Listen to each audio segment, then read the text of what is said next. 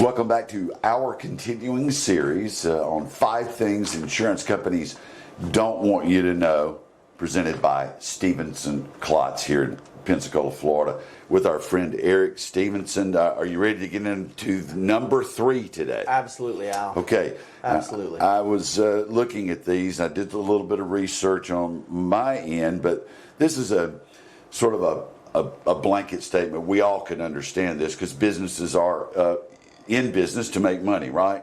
But you say that insurance companies are a for-profit business and they make money by paying as little as possible on their claims. And what I understand by that is that you're saying that they have the forethought to already know that they're going to try to settle claims at a ridiculously low number just so they can make a profit. Am I saying that right? Yeah, absolutely. I mean, look, any financial planner will tell all of us that you don't build wealth by how much you make, you build wealth by how little you spend.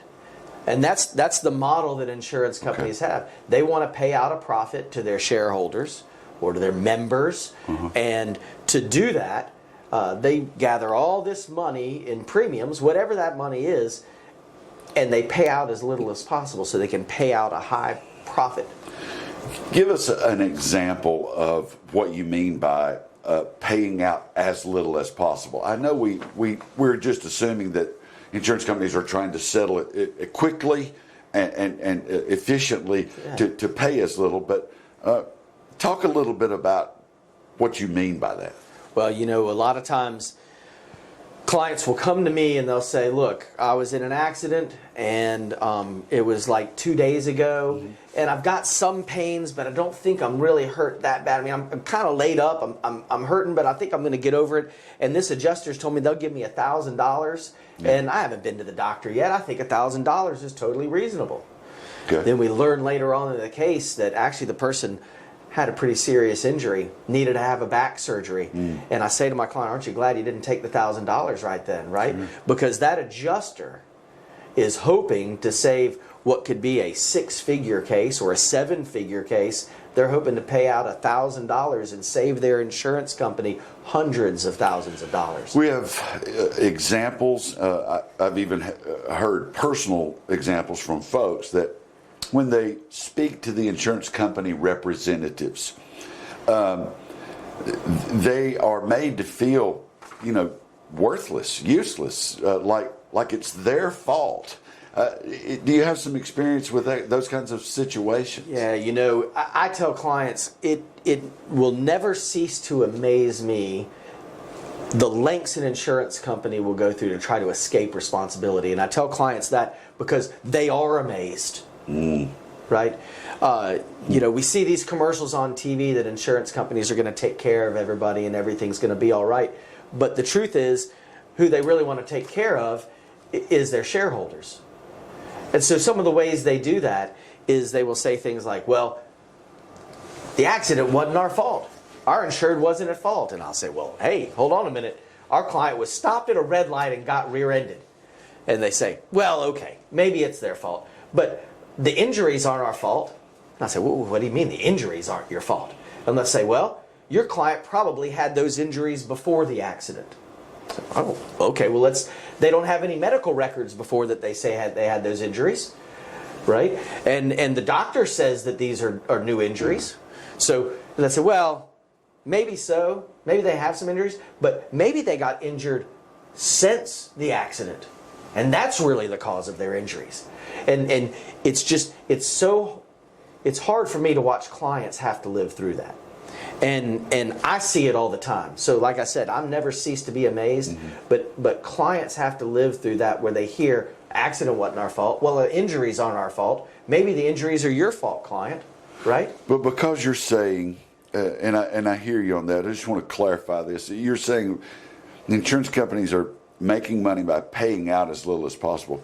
Are you saying that they're actively engaged in these tactics to make all of us consumers feel like we need to settle for what they're offering? And if we do that without the guidance of a firm like Stevenson Klotz, we're really leaving money on the table. And we're putting our family and our health really in jeopardy by doing that. Am I close to that? Yeah, Al, I think I couldn't say it any better myself. I mean, other tactics they'll go through is a client will need surgery, and so we'll submit the bill to them, and they'll say, "Well, that surgeon overcharged." So, well, hold on a minute. That's what the surgeon charges every time, right? And so, I mean, it's not just that it's the client. It's, oh, now the surgeon is at fault, right? They're trying to escape responsibility. They want to shift the blame as much as they can. They want to try to get people to feel as if they're not valuable and as if their claim is not valuable, so that the insurance company can get someone to settle for much less than the insurance company knows the claim is worth. So when we're in this situation of this third critical point where insurance companies are a for-profit business, they make money by paying as little on claims, and we're going through that with the insurance company, when we come to Stevenson Klotz, I know that we're going to hear a lot of what you're explaining in these points, but give us the experience in these kinds of cases that would make us want to be able to say, yeah, I think they understand it. Where's that connection that we need to hear on a personal level?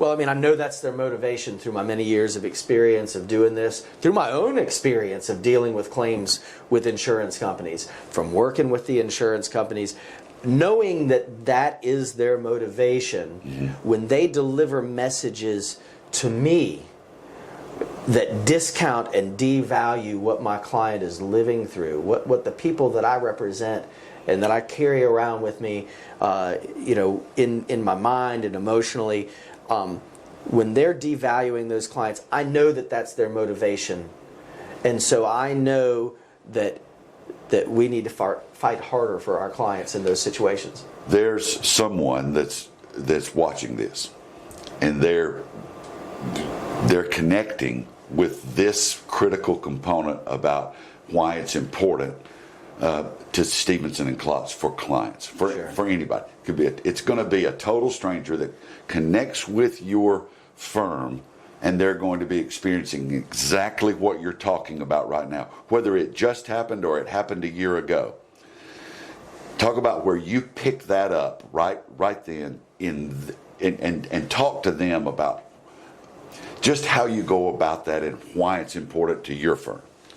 Well, it's important to us because we see insurance companies take advantage or try to take advantage of people every day, and our job is to make sure that insurance companies don't take advantage of people. And so, whether it's through their tactics of trying to be deceptive about how little they're willing to pay, or through negotiations or whatever, we know the games that they play. We deal with them all the time, and we get a little jaded, we get a little cynical, but we know what they're going to do. We typically know what the next step is going to be, and we can anticipate that. Well, folks, take the pressure off yourself.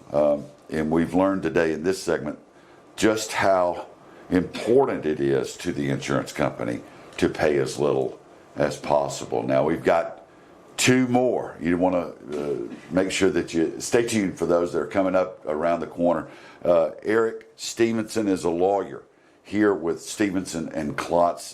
This third point, insurance companies are a for-profit business and they make money by paying as little as possible. So if you want to find out more, go to stevensonklotz.com or call the office here in Pensacola. Eric, thank you for the time. Thanks, Al. Yeah.